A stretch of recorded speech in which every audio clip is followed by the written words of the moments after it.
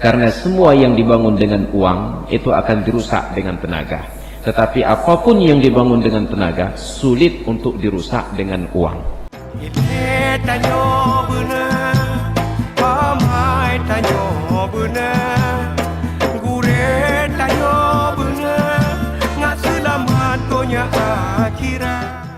Sehebat apapun seorang suami, tetap seorang suami tidak akan menjadi ayah. Seburuk apapun seorang ayah, tidak akan ayah itu bisa dilupakan. Maka seburuk-buruk ayah, ayah tidak bisa digantikan. Sehebat-hebat suami, kalau sepakat boleh diganti. Untuk suami.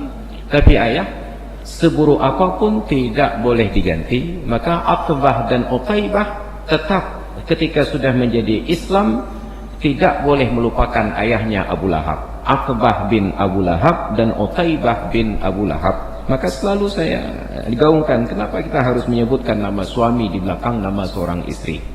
Beberapa waktu yang lalu, acara peresmian kantor Dharma Wanita Persatuan, itu yang di belakang, di ujung lapangan bola di Murtala. Saya diundang untuk menyampaikan ceramah maulid oleh pembawa acaranya, memberikan penghormatan yang terhormat kepada pembina gerakan PKK Aceh, Ibu Darwati Agani, kepada yang terhormat Ketua Penggerak PKK Provinsi Aceh, Ibu Syamsiani Darmawan, katanya. Begitu giliran saya ceramah, langsung saya hajar. Apa saya katakan? Kepada yang terhormat pembina gerakan PKK Provinsi Aceh, Ibu Darwati binti Agani. Saya tambahkan bintinya.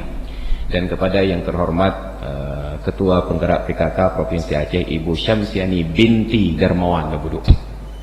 Kaget semuanya, Ustaznya lakor, cik utupu lakor, cik begahnya. Kenapa? Supaya menjadi peringatan.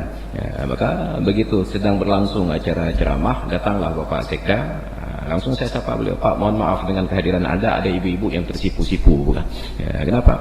Ada kesalahan. Kesalahan itu tidak boleh dibiarkan. Jangan mentang-mentang beliau pejabat lalu diizinkan begitu saja. Nah, ini ada sebagian orang yang kemudian mengubah realitas hukum hanya demi untuk menyenangkan pejabat. Ternyata pejabat yang disenangkan itu pun ternyata tidak senang. Maka sampaikan hukum apa adanya, tetapi dengan cara-cara yang beradab, jangan dengan cara-cara yang biadab. Maka sampaikan realitas hukum apa adanya. Jangan kemudian hanya karena kita diundang oleh pejabatnya, hanya ada pujo-pujonya, hanya undang di tengah. Hidup Anda bukan dari dakwah. Hidup Anda itu karena Allah dan untuk berdakwah, bukan hidup dari dakwah. Maka jangan plesetkan hukum. Jangan pelintirkan hukum hanya demi sebuah popularitas agar terus diundang di komunitas tersebut. Apa yang telah Allah berikan jauh lebih baik dari apa yang diberikan oleh manusia. Maka kita harus belajar kepada Iskandar Zulkarnain ketika masyarakat setempat bertanya kepada beliau, Ya Dzulqarnaini, hal naj'alu laka kharjan ala an taj'ala bainana wa bainahum rajmah. Wahai Zulkarnain, adakah kami perlu untuk membayarkan upeti kepadamu dalam jumlah tertentu agar Anda bersedia membangun sebuah tembok yang membatasi antara kami dengan kaum Ya'juj dan Ma'juj?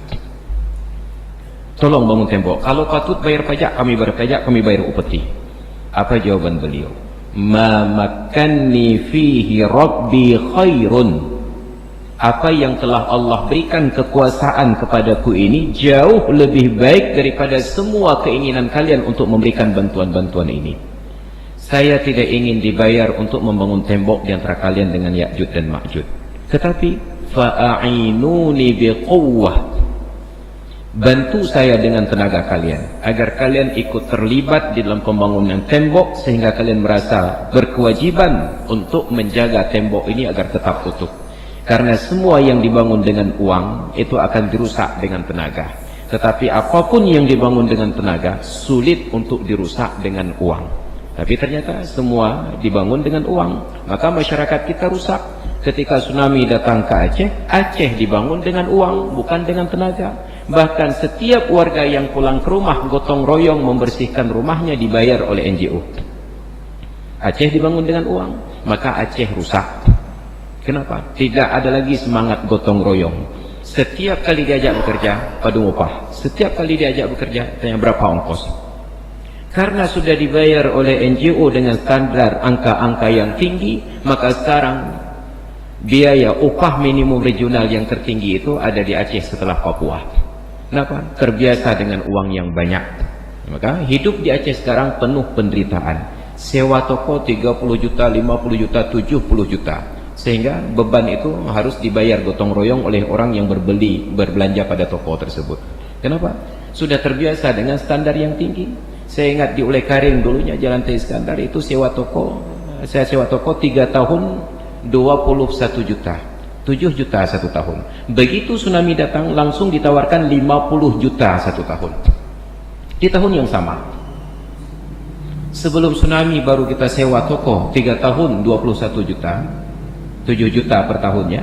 Tiba-tiba beberapa bulan kemudian datang tsunami, datanglah orang-orang menyewa 50 juta 1 tahun. Maka lambung-lambung kopiahnya. Apa uang sedang banyak beredar. Ketika kemudian uang itu bergerak kembali keluar, tetap harga toko hanya turun setengahnya saja, 30 juta per tahun. Sampai yang berjualan pun menjerit. Yang berbelanja tidak pernah menjerit karena tidak sanggup lagi. Nah, mereka langsung berangkat ke Medan, ke Jakarta berbelanja. Ini yang terjadi. Semua yang dibangun dengan uang akan dirusak dengan tenaga, tapi setiap yang dibangun dengan tenaga sulit untuk dirusak dengan uang. Itu prinsip dasarnya. Maka Iskandar Zulkarnain katakan, kalau kalian ingin dibangunkan tembok, jangan minta saya bekerja dengan cara diupah. Saya ingin kalian terlibat dalam proses pembangunannya dan tidak perlu setorkan biaya kepada saya. Ma makanni fihi rabbi khairun. Apa yang telah Allah berikan kekuasaan kepadaku di dunia ini jauh lebih baik daripada rencana-rencana kalian. Maka Islam aturkan bahwa di dalam Islam tidak ditolak adanya peradaban dan kemajuan, tapi prinsip dasarnya jangan melanggar aturan-aturan dasar tersebut.